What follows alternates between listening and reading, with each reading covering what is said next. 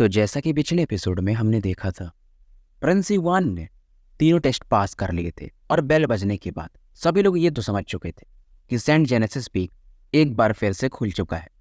अब आगे और सीन शिफ्ट होता है, हमें स्नो लोटस पीक को दिखाया जाता है, जहाँ पर ली किंगचन ये भी इन बेल को सुन चुकी थी और इससे भी विश्वास नहीं हो रहा कि हर बार ये लड़का कुछ न कुछ अलग करता ही है।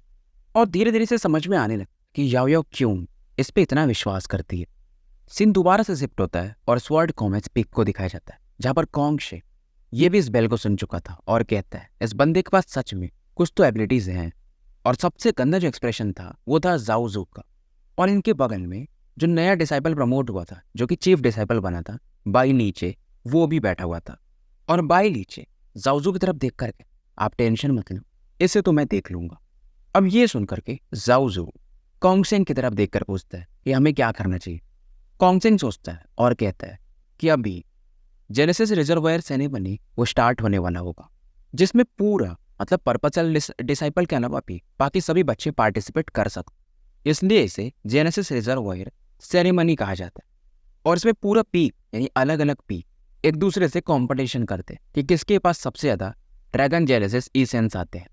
और कॉन्गसेंग इनसे कहते कि पिछली बार सेंट जेनेसिस पीक ने हमें कितना ट्रिब्यूट में दिया था। जाओजू हंस के कहता है कि लू होंग की वजह से हमने 20% बस उनसे टैक्स लिया था, और क्योंकि सेंट जेनेसिस पीक कमजोर था इसलिए उन्हें देना पड़ता था। कॉन्गसेंग कहता है 20%, ठीक है, इस बार उनसे कह दो जितना उन्हें मिलेगा उसका 50% हमें चाहिए। बाई नीचे हंस के कहता है लेकिन इस बार तो उनके पास चीफ डिसाइपल भी है, शायद वो मानेंगे नहीं। और कॉन्गसेंग भी हंसता है कि देखते हैं उनका चीफ डिसाइपल कैसे नहीं मानता है। इधर सीन दोबारा से शिफ्ट होता है और मास्टर किंग यांग और बाकी पांचों पीक मास्टर हॉल में एंटर कर जाते, यानी कि सेंट जेनेसिस पीक के। युवान यहाँ पर पहले से इनका वेट कर रहा था और इन सभी को ग्रीट करता। अब इस दौरान लिंगजून तुरंत ही कहता कि हमें आगे बढ़ना चाहिए और सर्च करना चाहिए। सेक्ट मास्टर किंग यांग समझ जाता कि ये सेंट स्टैम्प की बात कर रहा है। सेक्ट मास्टर किंग यांग ये भी अपने सेंसेस को एक्सपैंड कर देते हैं और बाकी लोग खास करके लिंगजून पूरा एरिया सर्च करने लगते कि कहाँ पर है वो कांगजुआन का सेंट स्टैम्प। युवान भी समझ चुका था और ये जो सर्चिंग थी लगभग आधे घंटे तक चलती है। और किंग यांग फाइनली कहते हैं शायद हम लोग काफ़ी नहीं, हमारे मास्टर इतनी आसान जगह पे ऐसे थोड़ी रखेंगे सेंट स्टैम्प को। पर तभी लाइटनिंग पीक मास्टर ली जुन कहते हैं कि कांगजुआन इस एरिया को सील क्यों करेगा अगर यहाँ पर कुछ वैसा नहीं होगा। पर तभी दूसरे टीचर बाई में कहते हैं मे भी टीचर इसलिए सील किए होंगे ताकि ये एरिया डिस्टर्ब ना हो। पर इस दौरान निंग जून ये जाओ युवान की तरफ देखता है कि तुम यहाँ पर सबसे पहले आए थे, तुम्हें कुछ दिखा नहीं। युवान भी तुरंत ही कहता है मुझे कुछ नहीं पता, आप किसकी बात कर रहे हैं। अब लिंगजुन दिमाग लगा कि तुम अल्फा के 5th लेयर पे हो, पर तुम्हारा जो जेनेसिस की है काफ़ी रोबस्ट, इसके पीछे का राज क्या है। युवान कहता है मैं काफ़ी मेहनत करता हूँ और कुछ ना कुछ चीज़ें मुझे मिलती रहती हैं, जिसकी वजह से मेरा पावर लेवल जितना दिखता है शायद उससे ज़्यादा है। अब लिंगजुन दिमाग लगाता है कि तुम्हें लगता है लाइटनिंग प्रिजन पे भेजना पड़ेगा इंस्पेक्शन के लिए। पर जब ये बोल रहा था तभी स्नो लोटस पीक मास्टर लियानी बोलती कि लिंगजुन तुम्हें लगता है कांगजुआन सेंट स्टैम्प ज़्यादा ही चाहिए। जाओयुआन ने पहले ही ओल्ड पीक को खोला है और तुम उसी पे शक करने लगे। और यहाँ पर अब ओल्ड जुआन भी आ चुके थे, इन्हें देखकर बाकी लोग खुद ही शांत हो जाते हैं। और ओल्ड जुआन किंग यान से कहते कि क्या आप सच में युवान को लाइटनिंग पीक पर भेजना चाहते हैं। किंग यान सोचते और कहते नहीं, वैसे भी इसने अच्छा काम किया है, लिंगजुन जो चाहता था वो हो नहीं पाता है। और लाइटनिंग पीक मास्टर लीजुन भी कहते हैं मतलब हमारा एफर्ट वेस्ट हुआ, यानी स्टैम्प नहीं मिला। अब मास्टर किंग यांग युवान की तरफ देखते हैं जो कि थोड़ा चिंतित, और कहते हैं अब तुम चीफ डिसाइपल बन चुके हो और फिलहाल जेनेसिस रिजर्वायर सेरेमनी करीब है, तो तुम्हें अच्छी मेहनत करनी पड़ेगी और अपनी टीम को पूरा लीड करना पड़ेगा। युवान भी हाँ में सर हिला देता है। और इधर जो टीचर शेन थे उनका कद बढ़ने लगा था। फिलहाल वो सेंट जेनेसिस पीक के मेन मास्टर बन चुके थे और पीक मास्टर इसलिए नहीं बने थे क्योंकि इनका power level nascent source stage से बस एक कदम नीचे था। जैसे इस लेवल पे ये पहुंचेंगे ये सेंट जेनेसिस पीक के पीक मास्टर बन जाएंगे। फिलहाल इनका power level heavenly sun stage के पीक लेवल पे था। इधर कुछ दिन बीत चुके थे और जाओ युवान से मिलने कुछ लोग आते हैं जो कि काफ़ी पैनिक कर रहे थे। युवान को समझ में नहीं आता। अब ये बताते हैं कि इन्हें एल्डर शेन ने भेजा है और ये कहते हैं कि आप चीफ डिसाइपल बन चुके हो और अभी भी पर्पल केव में रहते हो, ये आपके लिए सही नहीं है। और ये बताते कि कुछ दिन पहले हम आए थे, उस समय आप नहीं थे, पर याओ याओ ने मना कर दिया था। युवान सोचता है कि कि शायद याओ यहाँ पर 1 साल से रह रही है तो उसे अच्छा लगता होगा। नॉर्मली वो कहीं भी चली जाने को तैयार थी, पर कभी कभी शायद उसको भी लगाव होता हो, और युवान ऐसा चाहता नहीं था कि याओ को कुछ अच्छा लगे और वहाँ से ये चले जाए, तो ये इन्हें फिलहाल ये मना कर देता कि हम फ्यूचर में देखेंगे, फिलहाल कोई जल्दी नहीं है। अभी जो एल्डर भी साथ में आए थे ये भी थोड़ा सरप्राइज होते हैं कि नॉर्मली क्योंकि वो चीफ डिसाइपल का कीप, तो रिसोर्सेज भी काफ़ी अच्छे रहते, पर इस बंदे ने मना कर दिया। अब याओ वापस आता और युवान से पूछती कि हम कब मूव कर रहे हैं। युवान स्माइल करता है कि नहीं जा रहे हैं, मैंने उन्हें मना कर दिया, हम यहीं पे रहेंगे। अब ये सुनकर के याओ भी खुश हो जाती है और पूछती है हम क्यों नहीं कर रहे। वो वाला केव ड्वेलिंग ज़्यादा अच्छा हुआ कल्टीवेशन के लिए। युवान इन फूलों की तरफ देखता है और कहता है क्योंकि तुम्हें ये जगह पसंद है। ये चौक सी जाती है और कहती है नॉट बैड, ये कहाँ से तुमने सीखा। युवान फिर से कहता है अगर तुम्हें मूव करना है तो हम निकल सकते हैं यहाँ से। याओ गुस्से में कहती है एक बार और कहो। फिलहाल याओ कुछ कदम आगे जाती और युवान इसे ही निहार रहा था, और ये कहती भी है कि युवान सच में ये जगह मुझे पसंद है। इधर अगले दिन की सुबह होती और युवान को कुछ मीटिंग का इन्फॉर्मेशन है। ये बेसिकली पीक मीटिंग था। सीन शिफ्ट होता है और टीचर शेन को दिखाया जाता है जो कि मेन सीट पे बैठे हुए थे। लू सॉन्ग इनके बगल में थे जो कि काफी खुश थे, और वहीं सबसे साइड में लू होंग जिसका चेहरा बना हुआ था, और नीचे में डिसाइपल्स जैसे कि जाऊ टाई, जांग यान, लू या, जुआन होंग और सभी बैठे हुए थे। और युवान का पोजीशन अब इनसे थोड़ा ऊपर था। लू होंग काफी गुस्से में थे क्योंकि इसे काफी डांट भी मिली थी लेगजुन की तरफ से, और टीचर शेन भी कहते हैं लू होंग की तरफ देख, वैसे भी तुम्हें यहाँ पर इसलिए भेजा गया था ताकि मेन पीक को खोला जा सके, और वो काम पूरा हो चुका है, तो तुम लोगों को स्वॉर्ड पीक वापस लौट जाना चाहिए। लू होंग को भी गुस्सा था कि बकवास बंद करो। टीचर शेन हंस के कहते हैं मैं बकवास नहीं कर रहा हूँ, मैं तुमसे रिक्वेस्ट कर रहा हूँ।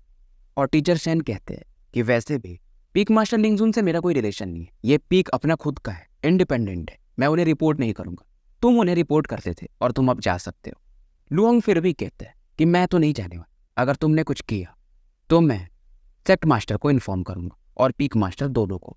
टीचर शेन कहते कोई जरूरत, मैंने इन सब चीज़ों को सेक्ट मास्टर को बता दिया है, और वो एग्री भी कर गए कि तुम्हें स्वॉर्ड पीक वापस लौटना पड़ेगा, और ये एक टोकन दिखाते हैं। लू होंग फिर भी कहते हैं कि यहाँ पर 3 ही फैक्शंस है, यानी 3 पार्ट है, एक तुम्हारा, एक लू सॉन्ग और एक मेरा, और मेरा पार्ट चला ही जाएगा तो सेंट जेनेसिस पीक और वीक हो जाएगा। और तुम्हें क्या लगा, तुम्हारा ये चीफ डिसाइपल दोनों फैक्शन को लीड करके जेनेसिस रिजर्वायर सेरेमनी में अच्छा कर पाएगा? मेरे हिसाब से तो ये एक दिन भी टिक नहीं सकता। युवान यहाँ पे आ चुका था, इनकी तरफ देखता है पर कुछ बोलता नहीं। टीचर शेन फिर से कहते हैं तुम्हें टेंशन लेने की कोई जरूरत नहीं है, हम अपना देख लेंगे। और सबसे ज्यादा लू होंग को गुस्सा प्रिंस युवान पर आ रहा था, सब इसके वजह से हुआ है। और ये दोबारा से टीचर शेन से कहते हैं तुम इस चीज को रिग्रेट करोगे, रिजर्वायर सेरेमनी में तुम लोग का घोर अपमान होने वाला है और तुम्हें खुद पता चलेगा। और फिलहाल इसके डिसाइपल्स इसको फॉलो करते हैं और यहाँ से निकल जाते हैं। इसके जाने के बाद बाकी जो 2 फैक्शंस बचे थे वो लोग काफी खुश हो जाते हैं, और टीचर शेन अब जाओ युवान से बात करते हैं और बाकी लोगों से कि वैसे भी ये लोग हमें परेशान ही करने वाले थे, इसलिए मैंने इन्हें निकलवा दिया ताकि हमारा जो पीक है अच्छे से ग्रो कर पाए, और सभी को अब मिल के रहना है। और इस समय जाओ टाई, जांग यान, लू यान सभी प्रिंस युवान को ग्रीट करते कि चीफ डिसाइपल जैसा हमें फॉलो करेंगे, यानी लीड करेंगे, हम उन्हें फॉलो करेंगे। युवान भी सभी को बदले में ग्रीट करता है और कहता है मैं भी अपना बेस्ट दूंगा। इधर न्यूज़ फैलने लगा कि लू होंग के फैक्शन को फिर से स्वॉर्ड पीक में भेज दिया गया है। इधर प्रिंस युवान जाओ टाई, जांग यान और लू यान के साथ बैठा हुआ था, और जाओ टाई जांग यान के मजे ले रहा था। यही था ना जो आप पे विश्वास नहीं करता था, मतलब हल्के हल्के मजे। और जांग यान थोड़ा ऑकवर्ड फील करता है, पर ये बोलता है वो शुरुआत की बात, और हम इस पे इतना आसानी से कैसे यकीन कर लेते, पर अब की बात अलग है। और जाओ युवान भी हंसता है कि जो बीत गई वो बात गई। और लू यान भी थोड़ा ऑकवर्ड फील कर रही थी क्योंकि ये पहले युवान को थोड़ा इधर उधर की बातें बोलते रहती थी। युवान भी हंसता है कि ये सब बातें जो हो गई खत्म, हम यहाँ पर कुछ और डिस्कस करने के लिए बैठे हैं। और युवान इनसे सेंट जेनेसिस पीक में कितने लोग जाते हैं रिजर्वायर के लिए, उन सब चीज़ों का डिस्कशन करता है। और ये बता रहे कि जैसे तुम पिछली बार गए थे वहाँ पे एक्वेटिक बीस्ट मिले थे, पर यहाँ पे खतरा पे उससे भी ज़्यादा रहता है क्योंकि इस समय इसमें जो ड्रैगन की मात्रा रहती है वो सेक्ट वाले बढ़ा देते हैं, और पर्पल सेस के नीचे के डिसाइपल्स को ये मौका साल में एक बार मिलता है, तो उनके लिए बड़ी चीज़ रहती। और लू यान इस दौरान बताती है कि तुम्हें पता है इसमें चोजन वंस भी पार्टिसिपेट करेंगे क्योंकि इसमें 9 ड्रैगन बैप्टिज्म भी मिल सकता है। युवान को अभी तक 8 स्टार बैप्टिज्म मिला था क्योंकि 9 स्टार बैप्टिज्म ये बताती है कि चू किंग को भी अभी तक नहीं मिला। युवान भी अब इसके लिए एक्साइटेड था क्योंकि इससे इसका स्ट्रेंथ बढ़ सकता था, पर फिलहाल इसे इस पर भी फोकस नहीं करना था बल्कि पूरे टीम को लेके चलना था। और ये तीनों बताते हैं कि हमारा जो रैंकिंग आता है वो लो ग्रेड में आता है। इवैल्यूएशन मतलब ज़्यादा से ज़्यादा 2 या 3 स्टार का बैपटिज्म ही मिल पाता है। और जो ग्रेड मिलता है, अप्रेजल मिलता है, उसके 3 रैंक्स होते हैं, हाई ग्रेड, दूसरा मिड ग्रेड और तीसरा लो ग्रेड। लो ग्रेड वाले में 2 या 3 स्टार, मिड ग्रेड वाले में 4, 5, 6 शायद, और हाई ग्रेड में 7, 8, 9 आते हैं। और लुयान इस दौरान कहते क्योंकि हमारी टीम कम है और मैंने ऐसा सुना है कि स्नो लोटस पीक की ली किंग चान यानी सीनियर सिस्टर आपसे अच्छे रिलेशन में है, तो क्यों ना हम उन्हें प्रोटेक्शन फी दें, और शायद हमें 10% ही देना पड़े, क्योंकि स्वॉर्ड पीक वाले हमसे लास्ट टाइम 20% लिए थे। युआन कहता है पर ये सही नहीं है। इधर ये बातें कर, तभी यहाँ पर एक बंदा आता है, बाई लीचे, स्वॉर्ड पीक का, और काफ़ी एरोगेंटली इन सभी को देख रहा था। आते ही यहाँ पे ये बैठ जाता है और मस्त चाय पीने लगता है। लुयान को भी गुस्सा आता है कि ये तुम्हारा स्वॉर्ड पीक नहीं है, पर बाई लीचे को कोई फर्क पड़ता नहीं। ये युआन की तरफ देख और एक एरोगेंट स्माइल देता है और कहता है कि मैं यहाँ पर तुम लोगों को कुछ ऑफर देने आया हूँ ताकि तुम लोग अपना डिग्निटी थोड़ा बचा सको। युआन भी पूछता है मतलब क्या है तुम्हारा, और ये कहता यानी अपना बाई लीचे कि हम स्वॉर्ड पीक वाले तुम्हें फिर से प्रोटेक्ट कर सकते, पर हमारा एक कंडीशन है। युआन पे स्माइल कर रहा था और पूछता है कि अच्छे से बताना पूरा, और ये पहले ज्ञान भी देता है कि जैसे तुम लोगों ने टीचर लुहोंग की टीम को भी निकाल दिया, तुम्हारा स्ट्रेंथ और कम हो चुका है। मेरी पहली कंडीशन ये है कि तुम टीचर शन से बात करो और लुहोंग के फैक्शन को यहाँ पे फिर से बुला लो। बाकी तीनों तो गुस्सा हो रहे थे, पर युआन स्माइल कर और बाई नीचे की बात सुनते जाता है। युआन कहता है ये तो तुमने पहला कंडीशन बोला और ऐसा लग रहा है कि तुम्हारे पास और कुछ कंडीशंस है। बाई नीचे कहता है दूसरा वाला तो काफ़ी सिंपल है, हम तुम्हें प्रोटेक्शन देंगे पर तुम्हें 50% जेनेसिस इसेंस का हमें वापस करना पड़ेगा, यानी हमें देना पड़ेगा। बाकी तीनों कुछ बोले उससे पहले बाई नीचे फिर से खुलते कि जूनियर ब्रदर जाओ युआन, वैसे भी आप पर हमारा स्वॉर्ड पीक गुस्सा है, तो आप देख लो आपको क्या करना है। एक तरह से ये धमकी दे रहा था। अब बाई नीचे कहते कि मेरे हिसाब से आप काफ़ी स्मार्ट हो जूनियर ब्रदर, उम्मीद है कि आप अच्छा ही डिसीजन लोगे। जाओटाई वगैरह प्रिंस युआन की तरफ देख रहे, ये कुछ बोलेगा नहीं क्या। युआन इस समय चाय पी रहा था और एक स्माइल देता है और प्यार से एकदम कहता पहला कंडीशन मैं रिफ्यूज़ करता हूँ, और दूसरा 10% भी नहीं देने वाले। अब ये सुन करके जाओटाई वगैरह एक चैन के सांस लेते हैं। बाई लीचे कहते लगता है तुम एक बछड़े होके एक टाइगर से फाइट करना चाहते, मानना पड़ेगा तुम्हें। और युआन इससे कहते अगर ऐसे बकवास करना हो तो यहाँ पे आया मत करो। अब आता है गुस्सा बाई लीचे को और ये अपनी ऑरा रिलीज करने लगा कि तुम मुझे ऐसे बात करोगे। बेसिकली बाई लीचे फाइट करना भी नहीं चाहता था, ये अपनी ऑरा से इन सभी को सप्रेस करके अपना पावर दिखाना चाहता था। पर युआन को अभी भी कोई फर्क नहीं पड़ा, क्योंकि इसके जेनेसिस की प्रेशर से युआन को कोई फर्क ही नहीं पड़ रहा। और युआन कहता है अगर आप खेलना चाहो तो खेल सकते हो। बाई लीचे भी कहता है वो अभी तो नहीं, पर हमें आगे मौका मिलेगा, और ये यहाँ से निकल जाता है। पर जब ये जा रहा था तो युआन इसे फिर से बोलता है कि अगर स्वॉर्ड पीक प्यार से रहेगा तो हम प्यार से रहेंगे, पर कोई अगर हम पे जबरदस्ती करेगा तो मैं नहीं सुनने वाला, जाके बता देना अपने स्वॉर्ड पीक वालों को। एक तरह से युआन इन पे वॉर डिक्लेयर कर दिया था।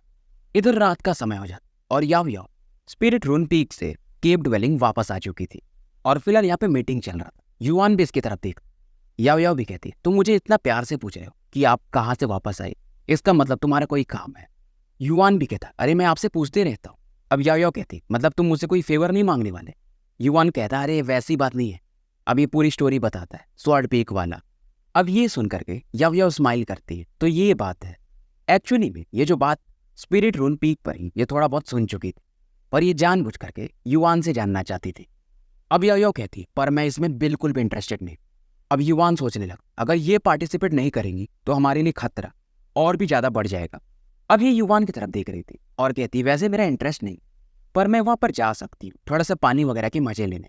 याओ याओ इस दौरान बोलती अगर मैं नहीं जाऊँगी तो शायद तुम्हारा भर्ता बना देंगे स्वॉर्ड पीक वाले, तो मुझे आना तो पड़ेगा। युआन भी कहता कि आपको लगता है मैं उनसे डरता हूँ। याओ भी कहती बात डरने की नहीं, पर वो लोग ज़्यादा पावरफुल हैं क्योंकि चोजन वंस और उनकी टीम भी बड़ी है। तो फिलहाल जो स्वॉर्ड पीक का चीफ डिसाइपल है उससे तुम फाइट करना, बाकी जो ऊपर वाले हैं उन्हें मैं देख लूंगी। यानी ये चोजन वंस की बात करती है, बाकी तुम्हारे डिसाइपल्स है ही। इधर ही युआन समय जो बीत रहा था, जो कुछ दिन बीत चुके थे, इसमें अर्थ सेंट रून के पावर को भी समझने लगा था कि अर्थ में जो भी जेनेसिस की होता है उसे ये एब्जॉर्व कर सकता और इसकी फिजिकल एबिलिटीज को स्ट्रॉन्ग कर रहा था। पर अर्थ रून का जो पावर था वो स्पेशल जगह पे जहाँ पे शायद अर्थ और ज़्यादा होती है वहाँ पे ज़्यादा पावरफुल होता है। और याओ इस दौरान इसे बताती सिर्फ उसमें 2 महीने का टाइम है और वो बाई नीचे ज़्यादा एरोगेंट है, तो तुम्हें अपने स्ट्रेंथ पे ध्यान देना पड़ेगा। युआन वो जो गोल्डन सन का लिक्विड था उसे बाहर निकालता है और याओ याओ को दिखाता है, और पूरी स्टोरी भी बताता है कि डिवाइन ग्रैंडस्टोन ने इसे कई टुकड़ों में बांट दिया था।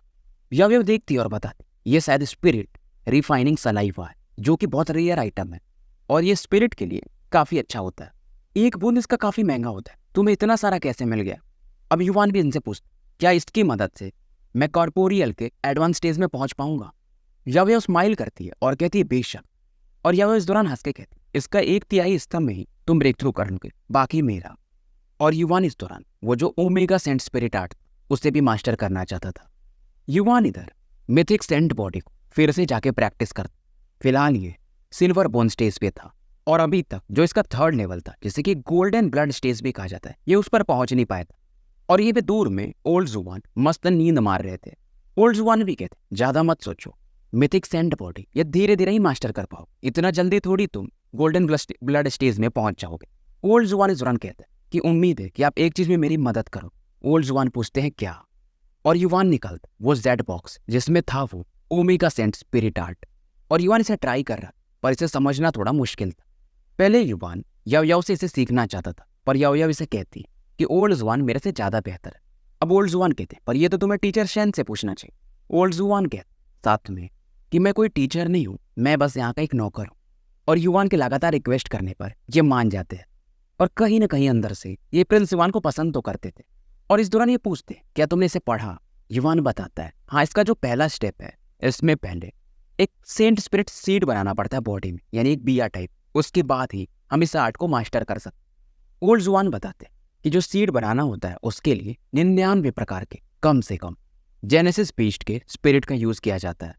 और जितने पावरफुल बीस्ट तुम यूज करोगे उतना पावरफुल तुम्हारा सेंट स्पिरिट सीड बनेगा और उतना ही पावरफुल तुम्हारा ये आर्ट होगा। एक तरह से ये 9 ड्रैगन्स कैनन के जैसा ही था। और बड़ी बात कि सभी बीस्ट को फ्यूज करना पड़ता है, यानी उनके स्पिरिट को। और ओल्ड जुवान यही समझा रहे थे कि अगर लो लेवल के बीस्ट यूज करोगे तो ज़्यादा मजा नहीं आएगा। अगर तुम हाई ग्रेड जैसे ग्रेड 6 के बीस्ट से उनका स्पिरिट सीड मर्ज करोगे तब तुम्हारा ये स्ट्रेंथ काफ़ी ज़्यादा होगा। पर मेरे हिसाब से अभी तुम्हारे लेवल के हिसाब से तुम लो ग्रेड का ही सीड बना लो। और युवान भी समझ सकते ग्रेड 6 के बीस्ट ये मार भी नहीं पाएगा, क्योंकि ग्रेड 6 के बीस्ट शायद हेवनली सन स्टेज के होते हैं। ओल्ड जुवान समझने लगे ये लड़का है लालची और ये यही सोच रहा है कि ये ग्रेड 6 के बीस्ट वगैरह को मारेगा। और ओल्ड जुवान कहते हैं हालांकि तुम्हें कांगजुआन सेट से भी ये चीज़ें मिल सकती हैं, पर बदले में भी तुम्हें कुछ देना पड़ेगा। इधर समय बीतते जाता है और आधा महीना निकल चुका था चीफ डिसाइपल के कंपटीशन के बाद का। और धीरे धीरे जेनेसिस रिजर्वायर सेरेमनी ये करीब आ रहा था, तो बच्चे काफ़ी मेहनत भी कर रहे थे। हालांकि लोग इस दौरान ये भी डिस्कस कर रहे थे कि सेंट जेनेसिस पीक वाले थोड़ी बहुत बड़ी गलती कर रहे, स्वॉर्ड पीक से पंगा लेकर। इवन सेक्ट मास्टर के यांग को भी पता था, पर फिलहाल ये कुछ कर नहीं सकते थे क्योंकि लिंगजुन काफ़ी होशियार थे। ये जो भी चीज़ें रहती थी वो बच्चों पर डाल देते थे कि बच्चों के अंदर कंपटीशन की भावना है। और धीरे धीरे समय के साथ जो नेम लिस्ट था हर एक पीक का वो डिक्लेयर कर दिया जाता है। और सबसे खराब हालत यानी नेम लिस्ट में सेंट जेनेसिस पीक का ही था। हाँ, बड़ी बात ये थी कि इस बार नेम लिस्ट में एक सरप्राइजिंग नाम था याओयाओ का, जिसकी वजह से काफ़ी लोग एक्साइटेड भी थे क्योंकि इन्हें मालूम था ये लड़की चोजन वन से तो कम नहीं है। इधर स्वॉर्ड पीक का बाइली को दिखाया जाता है, बाइली चे को। ये कहता है अच्छा इसलिए ये युवान ज़्यादा कॉन्फिडेंट था।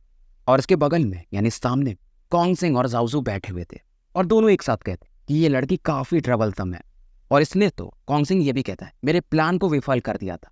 इस लड़की का जेनेसिस की तो नहीं, पर इसके जेनेसिस रूल ये से भी ज़्यादा स्ट्रॉन्गर है।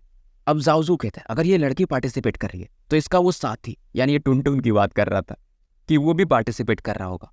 और जाओजू ने टुनटुन के पावर को तो देखा ही था। बाई नीचे हंस के कहता है मतलब उनके पास 2 चोजन वंस टुनटुन को अगर गिन लिया जाए तो। पर कॉन्गसिंग कहते हैं पर बाकी जो उनके डिसाइपल्स हैं वो कमज़ोर हैं, तो ये लोग कर क्या लेंगे और याओयाओ अकेले क्या कर पाएगी। जाओ युवान अभी भी बच्चा है। तो यहाँ पे डिसाइड ये लोग ये कर कि कॉन्गसिंग याओयाओ से फाइट करेगा, जाओजू टुनटुन से फाइट करेगा और बाई नीचे युवान से। और कॉन्गसिंग हंस के कहते वैसे भी वो लड़की बस जेनेसिस रून्स यूज कर सकती है, मेरे पास प्लान है। इधर समय बीत रहा और युवान का किसी को पता नहीं चलता है क्योंकि एक माउंटेन के भीतर ये खुद को छिपा करके ओमेगा सेंट स्पिरिट आर्ट को लगातार प्रैक्टिस कर रहा था। इसके आसपास एक प्रीमियर कीओस ऑफ लाइट ये इकट्ठा हो रही थी जो कि बेसिकली सेंट स्पिरिट सीड था। युवान अभी भी इसे क्रिएट करने में लगा हुआ था और अब तक इसने 10 जेनेसिस बीस्ट स्पिरिट को रिफाइन कर लिया, साथ में फ्यूज भी कर लिया था।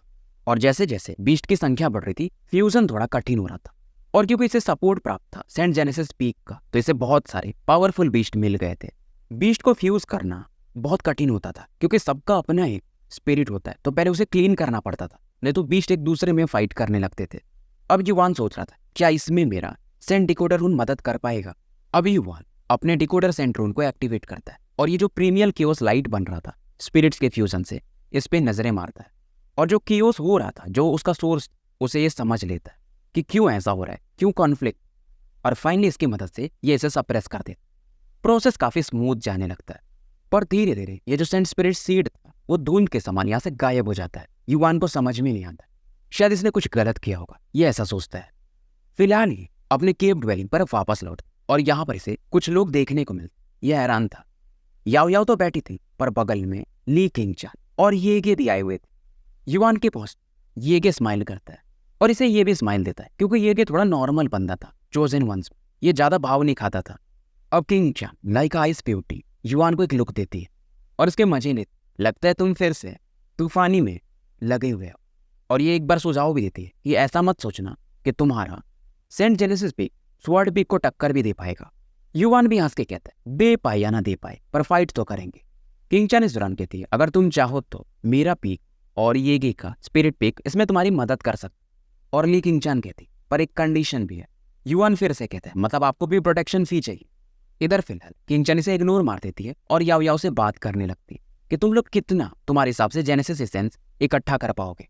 युवान को समझ में आ जाता है बेसिकली ये दोनों याओ याओ को अपनी तरफ करना चाहते हैं ताकि इनका जो कंटेंशन है वो स्ट्रांग हो जाए। इस दौरान याओ याओ कुछ बोल नहीं रही थी और किंगचान इससे नेगोशिएट कर रही थी। बीच में युवान को इच्छा कि याओ याओ ये कोई बार्गेनिंग चिप नहीं है, इसका जहां मन ये वहां जा सकती है और अगर नहीं जाना चाहे तो नहीं जाएगी। इधर किंगचान फिर से युवान के मजे लेती कि इस बार अगर तुम अच्छा परफॉर्म नहीं की तो तुम्हारा चीफ डिसाइपल का पोजीशन ये रहेगा तो जरूर, पर तुम्हारा नाम काफी खराब होगा। युवान तभी बोलता कि चीफ डिसाइपल पोजीशन से कुछ नहीं होता, वो तो याओ याओ के एक बाल के बराबर भी नहीं। इधर याओ एकदम शांत बैठी थी। याओ याओ इस दौरान अब बोलती है फैन कि मुझे ये जगह पसंद है, मैं कहीं नहीं जाना चाहती। और ये कहती है तुम लोगों को ये लगता है कि स्वॉर्ड पीक काफी स्ट्रांग है, हम कुछ नहीं कर सकते। मुझे इंटरेस्ट था नहीं, मैं भी देखना चाहूंगी लेकिन कि sword peak saint genesis peak को कैसे हराता है। इसकी आंखों में इस बार एक अलग ही गुस्सा था। अब ये सीन देख करके ली किंगचान और ये के हैरान थे क्योंकि पहली बार याओ याओ के चेहरे पर एक गुस्सा था। युवान को समझ में नहीं आ रहा था कि हंसे या रोए। अब क्योंकि याओ याओ सीरियस हो चुकी थी, पहले बस ये पार्टिसिपेट करना चाहती थी और सीरियस याओ याओ मतलब कहर तो आना ही था। और युवान इशारा कर कि याओ याओ तुम्हारा अलग ही स्वैग है। तो स्टोरी को यहीं पे समाप्त करते हैं और मिलते हैं फिर कल एक नए वीडियो के साथ।